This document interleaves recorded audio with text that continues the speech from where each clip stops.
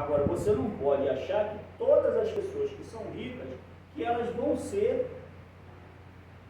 que elas vão praticar a caridade, que elas vão ser benevolentes, que elas vão ter empatia com o ser humano, e nem você pode crucificar. Por exemplo, existe um país rico, aí que agora tem alguns aqui na cabeça, mas para a gente não sair muito do que a gente está falando hoje, que as pessoas, há um índice muito grande de suicídio. É um país rico, que não tem pobreza, e as pessoas se suicidam. Quase todos lá, ou na sua maioria esmagadora, são bem-sucedidos, e as pessoas se suicidam. E já há regiões da África que as pessoas passam lá, grande parte do seu dia lá, eles reservam um horário para dançar, que aquilo faz parte da cultura dele. Então, essa questão que eu vejo é você não dividir, você não deixar de assistir aquele que precisa, né, independente dele ser rico ou pobre. E a mesma coisa com relação ao pobre. Por exemplo, incomoda muitas das vezes um indivíduo que bate, até mesmo pelo momento que a gente vive, né, essa violência aí, incomoda às vezes um indivíduo que bate na sua porta ou no vidro do seu carro para te pedir alguma coisa, muitas das vezes você tem até medo, mas veja, pare para pensar uma coisa, o indivíduo que está na mendicância, não é fácil. Você imagina hoje, vamos supor, se hoje você está na cidade, de repente você, sei lá, aconteceu alguma coisa, você perdeu sua carteira, ficou sem dinheiro nenhum. É difícil você chegar para uma pessoa para pedir uma passagem, não é? Ou não é difícil? Não é difícil? Você não fica... Agora você imagina aquele irmão que passa o dia todinho pedindo.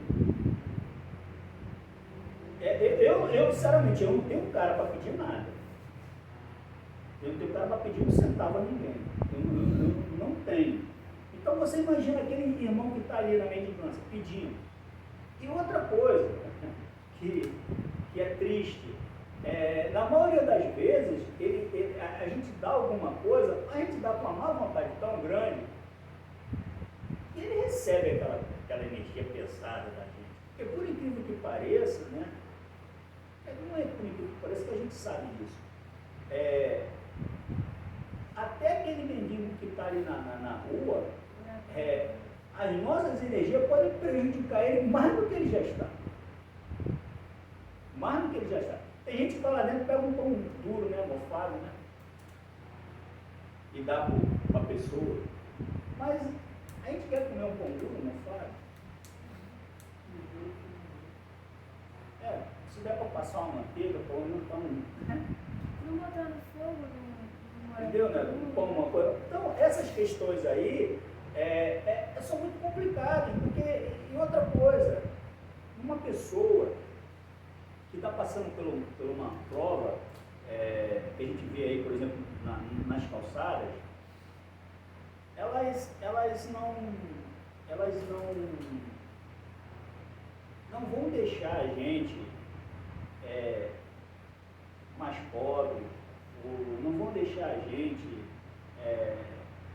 pior do que nós estamos, não vão atrapalhar o nosso caminho, se a gente ajudar um pouco. Lógico que muitas das vezes você não pode parar para... Mas, pelo menos alguma coisa você pode oferecer, nem que seja pelo menos uma prece, né? Porque acho que a prece a gente pode ir pelo caminho e pelo menos fazer uma prece para aquela pessoa aí. Porque não é muita coisa. Não é muita coisa que você necessita oferecer para aquele que está aqui. O que a gente não pode, né, que havia um termo que se falava muito, que dizer assim, se ele está naquela situação ali, é porque Deus sabe que ele tem que passar por aquilo ali. Eu mesmo que não vou me meter nisso não. É uma prova? Mas isso não tira da gente, não exclui a nossa compaixão, a nossa empatia. Por quê? Porque muitas das vezes a gente não sabe, eu já falei isso aqui uma vez, eu vou falar novamente. A gente não sabe, porque eu já vi casos assim, que pessoas chegam no abandono, que chegam nas ruas, a gente não sabe o que aconteceu na vida daquela pessoa. Muitas das vezes aquela pessoa pessoa tinha um emprego, tinha uma família, e de repente aconteceu algo na vida daquela pessoa que aquela pessoa não conseguiu adiante. Eu estou sendo um caso agora, recente, de uma menina que foi para um retiro, até comentei com você daquele retiro, e o que ocorre? Ocorre que lá o pessoal estava pedindo oração para essa menina. Por quê? Essa menina namorava um rapaz, estavam noivos, ambos da mesma congregação, e aí o que acontece? Próximo agora ao carnaval, o pai do rapaz saiu uma viagem com ele de carro. Sofreram um acidente, ambos morreram. Morreu o rapaz e o pai. Quando aconteceu isso, essa menina, ela largou a religião, começou a fazer coisas que ela não fazia, começou a beber, começou a sair da noite, a cabeça dela virou. Né? E aí ela foi, agora para o retiro lá, com muita força. Ela estava de um jeito que até a colega que foi morar com ela, que ela foi morar com essa colega, numa casa alugada, ela estava de um jeito que a menina largou ela na casa e foi alugar outra casa. Nem essa colega dela estava aguentando ela, porque ela estava demais mesmo. Então, assim, a gente não sabe o que acontece. O que pode. Muitas das vezes alguém que viu essa menina, não sabe que essa menina estava dentro da igreja. Não que a igreja faça dela melhor do que ninguém, mas, obviamente, ela não fazia aquelas coisas. Ela não tinha aquele tipo de prática.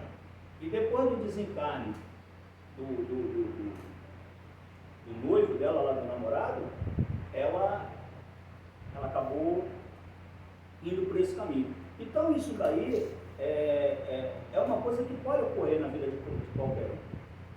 Graças a Deus ela está lá, levaram ela para a igreja, eles estão fazendo um trabalho com ela. Então, essas provas que acontecem, né, na vida da gente, elas podem ser passadas, aprovado, né, quando você não tenta ir de encontro. Porque, às vezes, a gente tem coisas que não vão acontecer agora e a gente não vai conseguir modificar isso. E aí entra a resignação. Lógico que ninguém tem que se acomodar, ninguém tem que achar que amanhã Deus dará, não.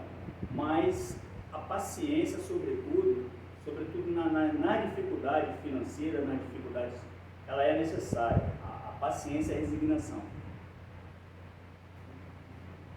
E essa questão que as pessoas dizem assim, se eu tiver que escolher entre a prova da riqueza e da pobreza, eu vou escolher a da riqueza. Porque numa visão terrena, a pessoa diz assim, se eu vou sofrer, eu quero sofrer com todo o luxo. Eu quero sofrer andando de iate, andando de avião, numa casa muito boa, eu quero sofrer ali. Mas isso é uma visão terrena. Isso é uma visão terrena. Por quê? Porque muitas das vezes, uma pessoa que não tem nada disso, ela consegue ainda passar por essa prova e sair dali aprovado. Porque eu sempre digo isso. A gente se preocupa muito como a gente vive. Mas a gente não se preocupa como é que a gente vai desencarnar. E a gente tem que se preocupar. Porque não adianta viver muito bem e desencarnar mal. Às vezes é melhor viver ali nos trancos e barrancos, ali só na misericórdia, e você desencarnar numa boa, do que, porque primeiramente acontece a questão, eu não paro meu tempo para ver isso, mas eu vejo direto, porque à medida que você vai selecionando algumas coisas no YouTube, eles vão mandando conteúdos semelhantes àquilo que você busca. E eu vejo direto eles botando lá, artista tal, desencarnou, né? Chegou não sei o que, encontrou isso, foi para um grau. Artista tal, não sabia. Para mim, isso daí é uma perda de tempo. Não tenho nada contra quem vê isso, não. Por quê? Porque eu sei que, na verdade, essa questão, se você é materialista, obviamente, quando você desencarnar, você não vai estar bem. Se você não busca nenhum tipo de ligação a Deus, quando você desencarnar, você não vai estar bem. Se você passa o tempo todinho aqui, né? Você como a gente tem muito aí os exemplos aí, político e tal. Passa o tempo todinho aqui, envolvido em maracutaia, prejudicando o seu semelhante, aquele que depositou seu voto. Se você desencarnar, você pode escapar da justiça da terra. Mas as leis de Deus que são soberanas, você no seu desencarne, você não vai ficar bem. Isso é óbvio. Os excessos não vão, os excessos em tudo na sua vida não vai te dar um desencarne positivo. Isso é assim, acho que ninguém precisa estar olhando isso para entender que isso não vai acontecer.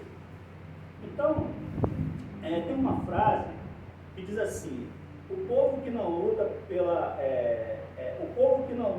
liberdade merece ser escravo. Né? Uma frase que está muito em moda agora por causa desses acontecimentos. Eu, particularmente, eu acho que nenhum povo mereça ser escravo. Eu acho que nenhum povo mereça ser escravo. Eu prefiro acreditar que o povo que não luta pela verdade padece no escuro. Eu prefiro acreditar assim. Por quê?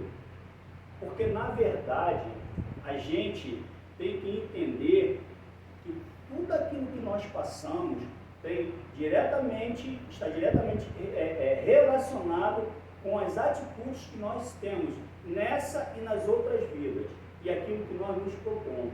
Então, o que a gente busca pela verdade é a verdade de Cristo. Não é a verdade dos homens que aqui estão. É a verdade do Cristo. Não uma coisa que eu aprendi agora com relação às traduções. Eu agora passo assim. Se eu leio, que eu gosto muito de ler as passagens bíblicas. Se eu leio alguma coisa com relação à passagem bíblica, eu vou pelaquilo que pregava Jesus. Por exemplo, diz assim, que todo aquele que você não pode, todo aquele que é inocente, não deve ser derramado o sangue do inocente, certo? Então, algumas pessoas ao pé da letra dizem assim: então aquele indivíduo que não é inocente, ele merece morrer. Aí vamos lá. Então, a gente pode ser a favor da pena de morte? Não. Por que a gente não pode? Porque aos ensinamentos de Cristo, nós sabemos que o nosso Criador, enquanto que criaturas, o nosso Criador é que é o responsável pela vida. Então a gente não pode de forma alguma ser a favor da pena de morte. É assim? Então, as traduções para mim, para mim é muito fácil nesse aspecto. E você tem que pegar aquela tradução ali que está ali ao pé da letra e ver aquilo que Jesus mostrava para a gente. Então, eu não posso dizer que, o sangue só deve ser poupado do inocente. Aquele que é culpado, ele tem que perecer a espada. Não tem a ver. E a mesma coisa com relação à riqueza e à pobreza. Dizer que um rico não entra no reino dos céus, não é verdade. Não é verdade. E dizer que um pobre não pode modificar a sua realidade, dizer que um pobre não pode fazer qualquer tipo de coisa, isso também não é verdade. Porque se fosse assim, né, perante a Deus somos todos iguais. As diferenças estão na questão, por isso que a questão da distribuição é complicada, por quê? Porque somos criaturas diferentes, não fomos criados ao mesmo tempo, não temos as mesmas aptidões, não temos as mesmas bagagens, porque uns estão um pouco à frente dos outros. Aquele que mais se esforçou, aquele que mais trabalhou, obviamente vai estar mais à frente do que aquele que menos se esforçou, do que aquele que menos buscou. Tanto faz na questão intelectual, na questão moral. Então, não tem como você querer pegar e distribuir toda essa riqueza e achar que vai haver igualdade. Não vai. Em pouco tempo, novamente vai ser desigual. Novamente vai ter desigualdade. Isso são os espíritos que dizem.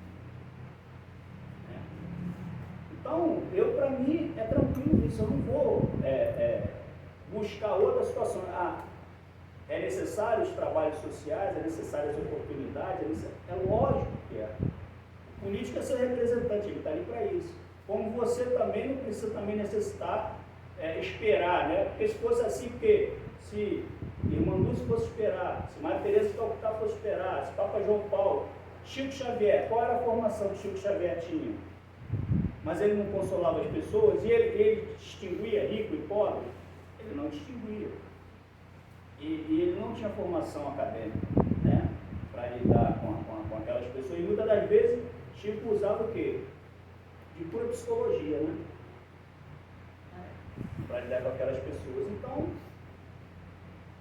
até para dar uma palavra amiga, né, consoladora, a gente não precisa de grandes títulos, né? Precisa do Evangelho, né? Que é o que basta. Bom, meus irmãos, o que tinha para hoje era isso. Muito obrigado.